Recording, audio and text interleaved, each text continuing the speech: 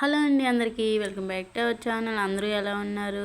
ఇంకా మొన్న అయితే నేను మా పెళ్లి రోజు వీడియో అనేసి ఒక వీడియో పోస్ట్ చేశాను కదండి. దానికైతే చాలామంది మంచి మంచి కామెంట్స్ పెట్టారు. చాలామంది విష్ కూడా చేశారు. విష్ చేసిన ప్రతి ఒక్కరికి చాలా థ్యాంక్ యూ అండి.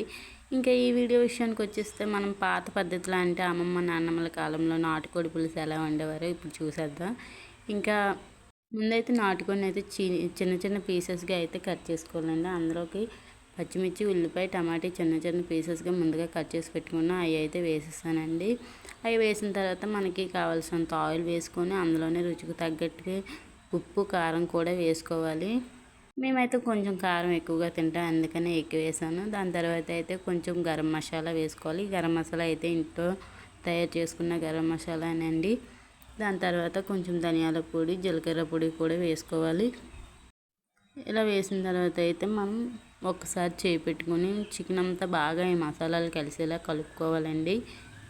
ఇంకా కలిపిన తర్వాత అయితే స్టవ్ ఆన్ చేసి స్టవ్ పైన పెట్టుకోవడమే. ఇంకా మీరు ఇప్పుడే కారం, ఉప్పు ఏదైనా చాలలేదు అనుకుంటే ఇప్పుడే యాడ్ చేసుకోవచ్చు. ఇంకా ఇలా స్టవ్ పైన పెట్టేసిన తర్వాత అయితే ఒక 2 నిమిషాల వరకు అయితే అలా మగ్గించాలండి. మూత పెట్టి మగ్గిన తర్వాత మూత తీసిన తర్వాత మనకి కుక్కర్లో కాబట్టి కొంచెం వాటర్ పడతాయండి. నేనైతే గ్లాస్తో గ్లాసుడు వాటర్ వేసి మొత్తం ఒకసారి అయితే బాగా కలిపేసాను. ఇలా కలిపేసుకున్న తర్వాత కుక్కర్ మూత పెట్టేసిన తర్వాత 3 విజిల్స్ 4 విజిల్స్ మన కుక్కర్ రేటింగ్ బట్టి అయితే విజిల్స్ వచ్చేటట్టు పెట్టుకోవాలండి. ఇంతేనండి.